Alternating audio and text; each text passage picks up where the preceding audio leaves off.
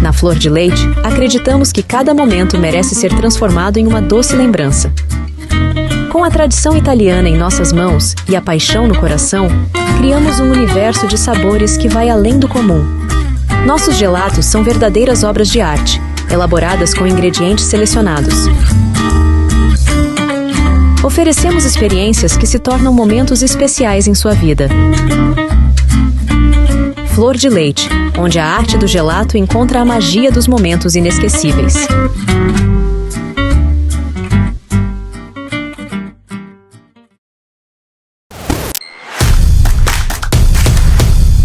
Nós da Tintas Masa somos mais do que uma empresa. Cada lata de tinta que produzimos representa não apenas um produto, mas uma história de dedicação, criatividade e resiliência. Que as tintas que produzimos não apenas pinte paredes, mas também tragam vida, significado e beleza aos espaços que ocupam. Que possamos continuar juntos, colorindo a história de sucesso da Tintas Masa.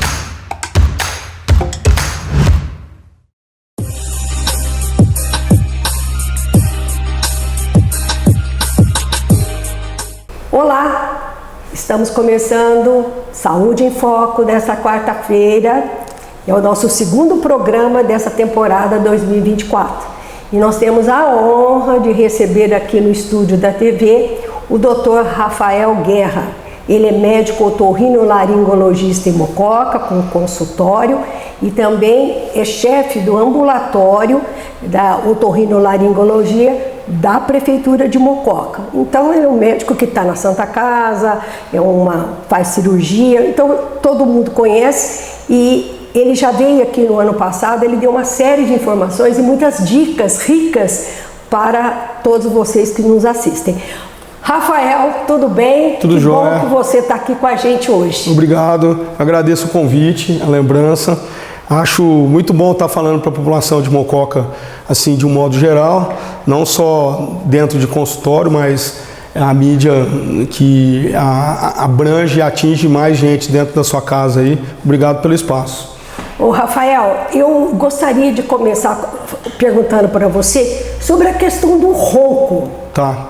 O ronco, tem pessoas que até operam. O ronco, que barulho é esse? A pessoa gorda, é posição na hora de dormir. O que causa o ronco que atrapalha tanto quem dorme do lado de uma pessoa que ronca? Sim. Realmente, o ronco é uma situação assim, é uma patologia que faz parte da minha área mesmo, da otorrinolaringologia. Não só da otorrinolaringologia. E é engraçado assim, que sempre quando a gente começa a falar de ronco, até mesmo no consultório, chega o marido com a esposa que normalmente leva, e o marido começa a falar: estou incomodando minha esposa, vim aqui porque eu estou incomodando minha esposa. Mas na verdade o grande incomodado não é a esposa, é você mesmo que está roncando. Então assim, quem está sofrendo mais com isso é a pessoa que está roncando, porque o sono é uma condição assim básica, né, da fisiologia do nosso organismo. Ele está no mesmo nível de necessidade de evacuar, de urinar, de respirar, dormir. Dormir é uma necessidade fisiológica básica. Quando você não está cumprindo uma necessidade básica bem, todo o resto fica ruim. Então, assim, causa de ronco, como você me perguntou, nós temos várias causas de ronco. O mais, assim, o que ocorre muito hoje é a questão da obesidade. A obesidade é um problema de saúde mundial, né?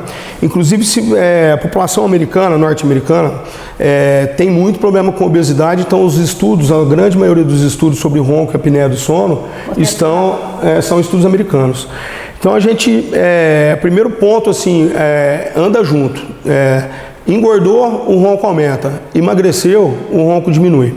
Então a primeira causa que eu digo assim é a obesidade, tá? E depois a gente vai ver a questão da via aérea superior, né? Começa no trato respiratório superior, desde nariz, questão de obstrução nasal, desvio septal, rinite alérgica, adenoide, hipertrofia das tonsilas palatinas, das amígdalas, flacidez da musculatura do palato, e aí que entra o otorrino para investigar. Tá? Certo, para saber o que está provocando. Local da via aérea superior está o problema, aonde que está o ronco, aonde que está vibrando, aonde que está obstruindo. Porque na verdade o ronco, esse barulho, é o ar que está passando em algum lugar que está turbilhonando, está fazendo essa coisa flácida aí, não exatamente. E aí não é só o barulho do ronco, aí tem a questão da apneia no sono também. Tá? Que aí o cara pode morrer de uma hora para outra dormindo? Não digo nem, não é questão nem de morte, ele é uma coisa que vai ao longo do tempo. Você não dormir bem uma noite, isso é importante. Muda, no dia seguinte você fica diferente. Você não dormir bem uma semana, você não dormir bem um mês, você não dormir bem durante um ano, a pessoa muda até a personalidade. É até engraçado, é interessante você ver trabalho recente publicado de muitos pacientes tratando em consultório psiquiátrico, transtorno de humor. Vai ver, o cara não tem transtorno de humor nenhum, ele não está dormindo, não está dormindo. Mas ele não percebe, o cara que ronca, às vezes não percebe. Ele não percebe que ele não está dormindo. Que não está dormindo. Ele vai perceber assim lá na frente. Primeiro começa a ter indisposição, depois muda o humor, aí começa hipertensão arterial, etc. E aí vai longe. Então, como eu digo, necessidade básica fisiológica não bem cumprida, tudo o resto fica ruim.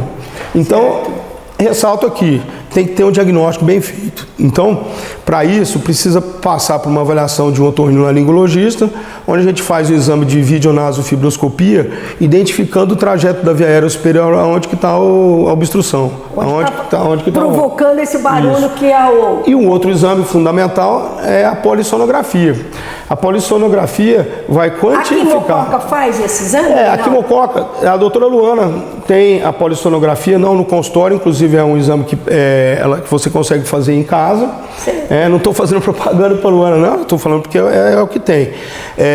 E a gente, quando não fazer por plano de saúde ou pelo SUS, tem que fazer fora de mococa, tá?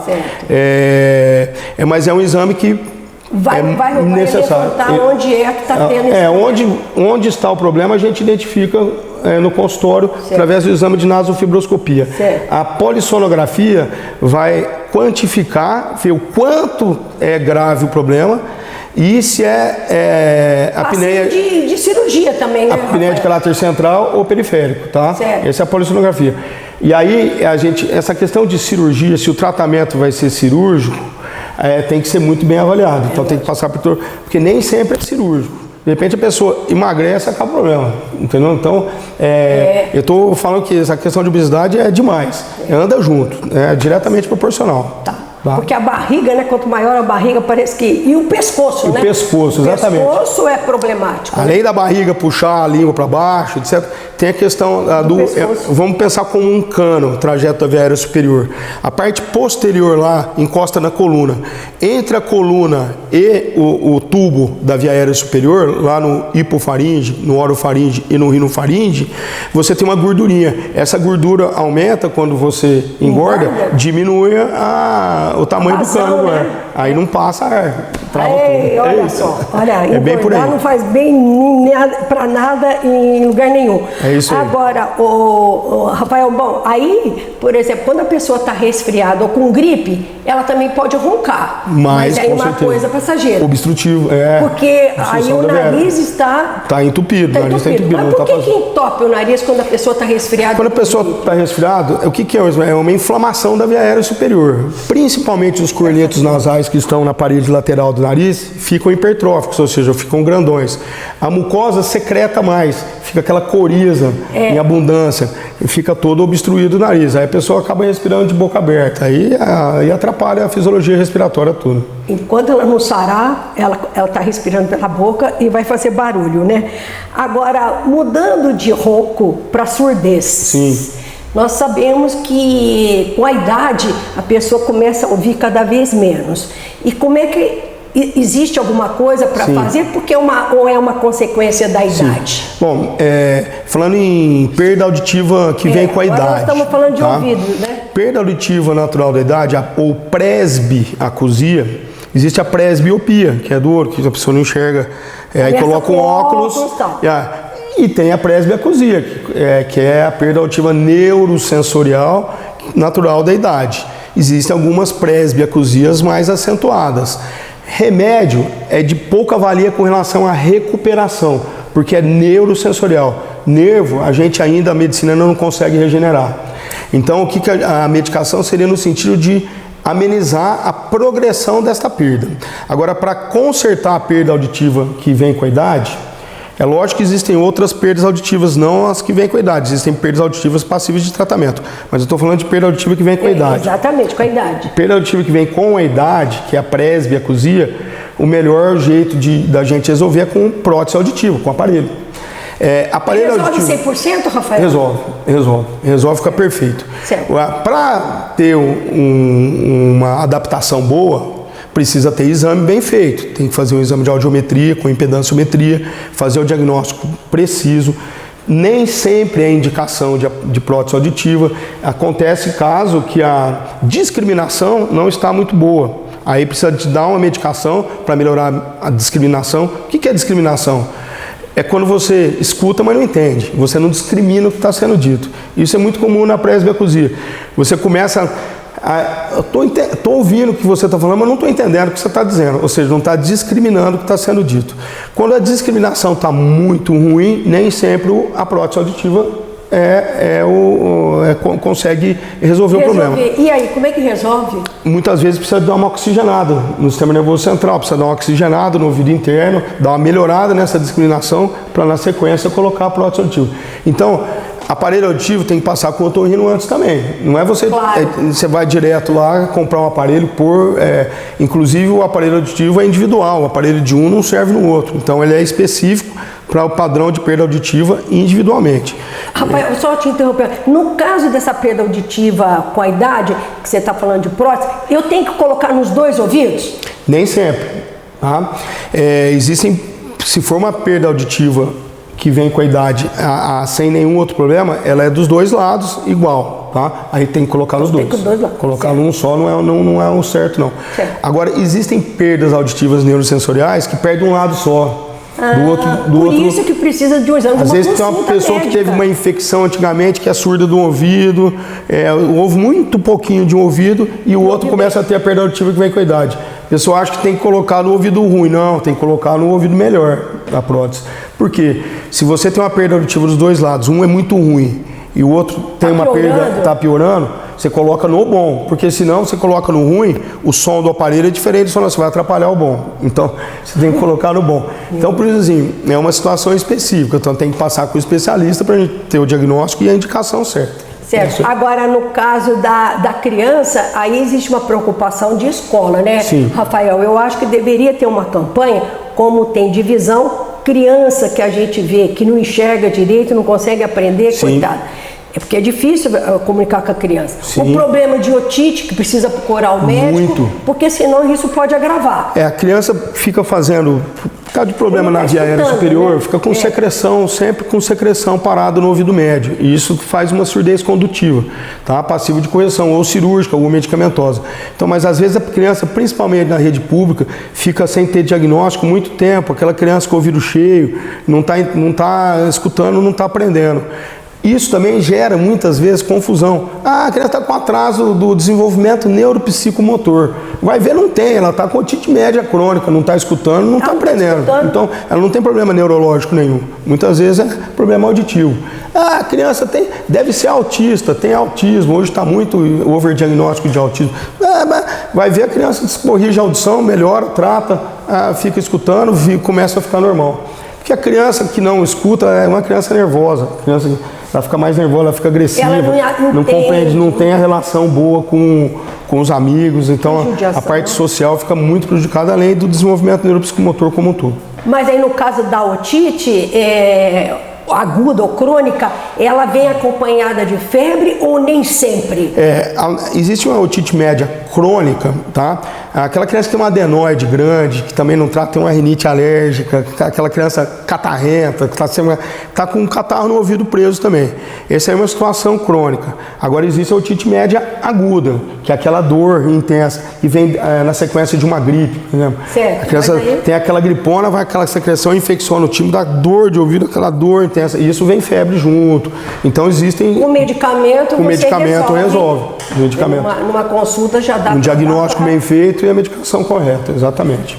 É isso aí. Nós estamos conversando com o Dr. Rafael Guerra, que é otorrinolaringologista. O que significa? Significa que é um médico que cuida da garganta, do ouvido e do nariz. Então, tudo que tem relacionado a isso, tem que procurar o Dr. Rafael para poder tratar. Realmente um excelente médico, amigo, mas acima de tudo muito competente. Bom, nós falamos da surdez, agora nós vamos falar duas coisas que também é tratado com o Dr. Rafael, que é a sinusite e renite. Quem que não tem sinusite, quem que não tem renite, Rafael? É difícil, então, são milhões e milhões de casos. Para você ver, o que seria uma definição mais fácil de se entender o que é rinite alérgica? O nariz, ele não só conduz o ar, ele prepara o ar. Ele aquece, filtra e umidifica. A fisiologia nasal é essa. Ele conduz o ar, aquece o ar e filtra e umidifica. Por isso que nós temos que respirar pelo nariz, temos que respirar pelo nariz e não pela boca. Então, como que o nariz reage quando entra em contato com qualquer alergeno? Poeira, perfume forte, diferencial de temperatura, ele trabalha nesse sentido, querendo aquecer o ar quando o ar está frio, querendo filtrar o ar quando ele está sujo, querendo umidificar quando está seco. O que é a rinite alérgica? A rinite alérgica é uma resposta exacerbada do nariz para tentar melhorar a condição do ar para entrar na via aérea. Então, quem tem rinite alérgica tem a reação fisiológica que todo mundo tem aumentada. Então, quando não entra em contato com um ácaro, com fungo, com um lugar mofado, não fica com o nariz ruim? Todo mundo. Só que quem tem a rinite alérgica tem isso aumentado, exagerado. Então, o que é a rinite alérgica? Uma resposta aumentada quando entra em contato com algum alergeno. Mas e a pessoa que levanta e começa com essa destilação, assim, a pessoa tem uma rinite crônica, então, porque ela levantou da cama, ela não teve ainda contato com nada disso. Já levanta com... porque já aí muda a fisiologia. Você estava dormindo, já acorda, aumenta o fluxo sanguíneo, a frequência cardíaca, aumenta o fluxo nasal. A pessoa que já tem essa rinite, aí ela vai se mostrar mais. Tem cura, Rafael? Tem. Cura, não. Tem como conviver bem. A rinite alérgica, quem tem é genético. Está no seu DNA, vamos falar assim. Se o pai tem, ele vai... Pode ter uma questão de transmissão, mas tem adquirida também, tá? Mas curar, zerar, não é que cura, você convive muito bem, sem ter problema nenhum. O básico, vamos falar assim, o básico para você prevenir é lavar o nariz. Quem tem rinite alérgica tem que lavar o nariz. Aliás, lavar o nariz é um hábito salutar. Todos nós deveríamos ter. O nariz fica sujo. Então, como é que lava? Com solução fisiológica ou com solução hipertônica. Pode lavar até com água no banho. Você está tomando um banho, você deixa a água cair, chacoalha a água no nariz. Tem que lavar o nariz. Criança não consegue lavar o nariz. É um grande problema, porque fica aquela secreção suja parada. A gente tem o tecido adenoidiano lá atrás, fica aquela sujeira parada, a adenoide cresce. E é como consequência de uma rinite alérgica. Então, criança pequena, o pai, a mãe, a avó, o tio, tem que lavar o nariz da criança. Com solução, hoje no mercado tem uma... Bom, posso citar o rinossoro? Rinossoro, sorine. Sorine, rinossoro. Isso, tem porque às vezes a pessoa que está assistindo, então a gente tem que passar alguma coisa, não que esteja fazendo propaganda, mas eu aprendi isso com esse médico aqui. Lavar o nariz. Usa. Quanto mais você usar o rinossoro, que é água e sal, na verdade, pode... soro fisiológico. Isso daí lava, isso daí diminui a sinusite, Diminui, é lógico, porque o que é? A sinusite normalmente o que ocorre é isso, é uma dificuldade da drenagem dessa secreção, desse muco nasal. Que tá aqui, vai se acumulando nos seios paranasais. Vai acumulando, fica um dia, 2 dias, uma semana, quando vem infecciona, fica parado aí e vira sinusite. A pessoa incha o rosto e dói demais. Dói, porque fica inflamado, né? Aí pode vir febre, vem tosse, a coloração da secreção não é mais hialina clarinha, fica amarelada, esverdeada. Então, assim, lavar o nariz previne.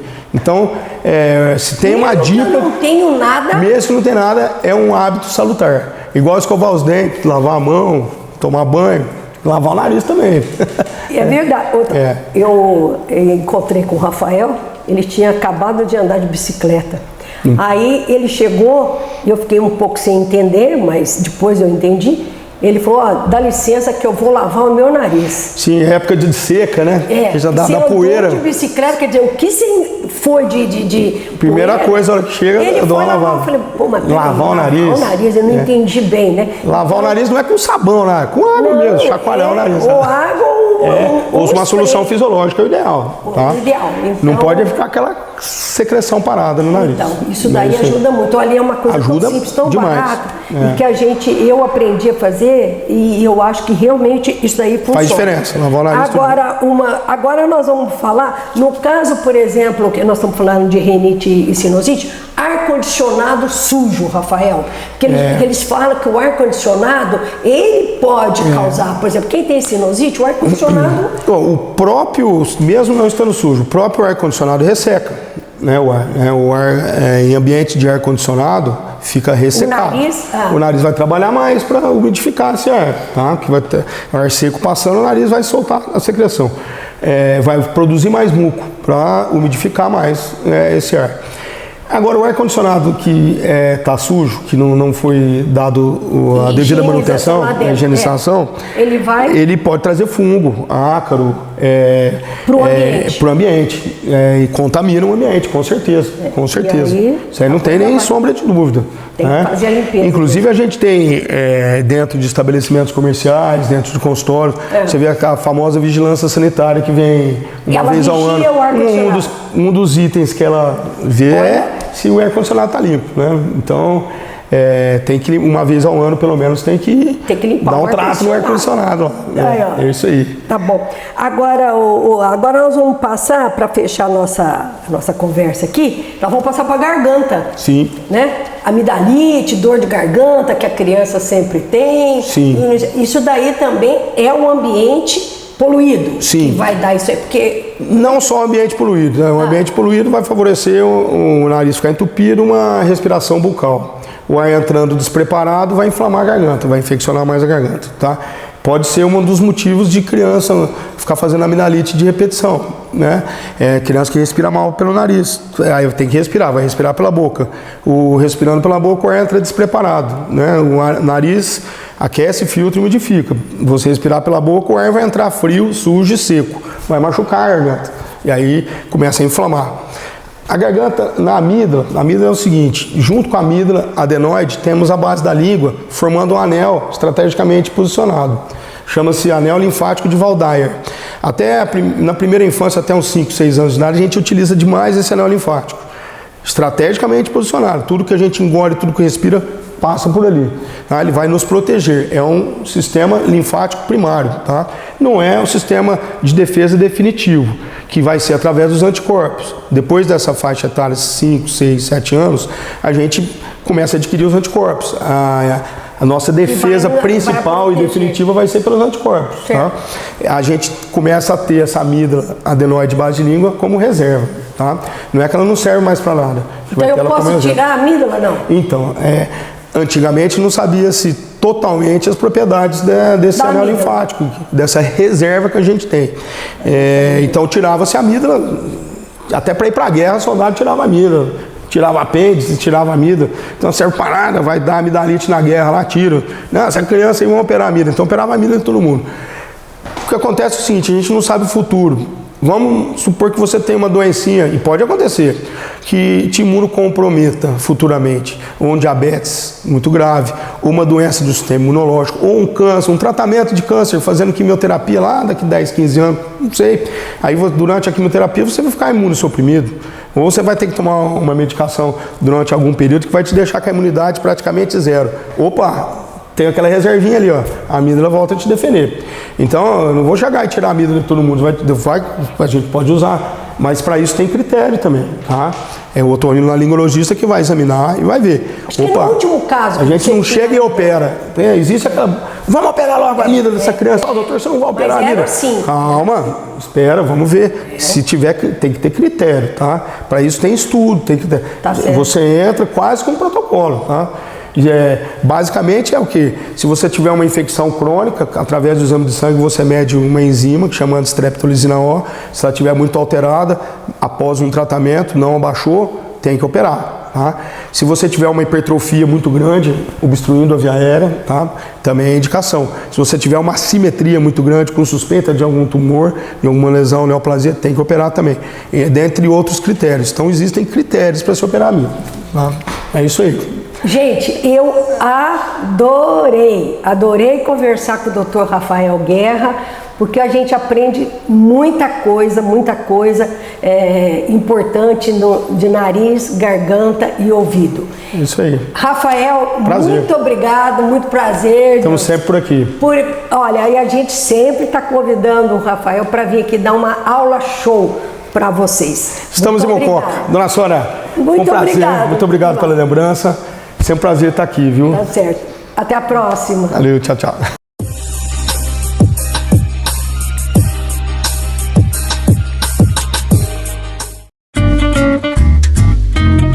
Na Flor de Leite, acreditamos que cada momento merece ser transformado em uma doce lembrança. Com a tradição italiana em nossas mãos e a paixão no coração, criamos um universo de sabores que vai além do comum. Nossos gelatos são verdadeiras obras de arte, elaboradas com ingredientes selecionados. Oferecemos experiências que se tornam momentos especiais em sua vida.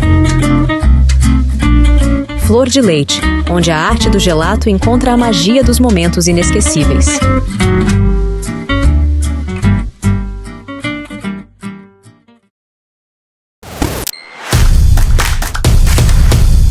Nós da Tintas Masa somos mais do que uma empresa.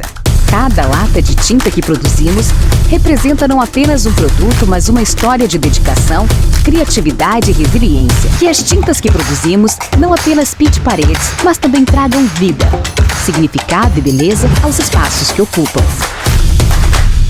Que possamos continuar juntos, colorindo a história de sucesso da Tintas Masa.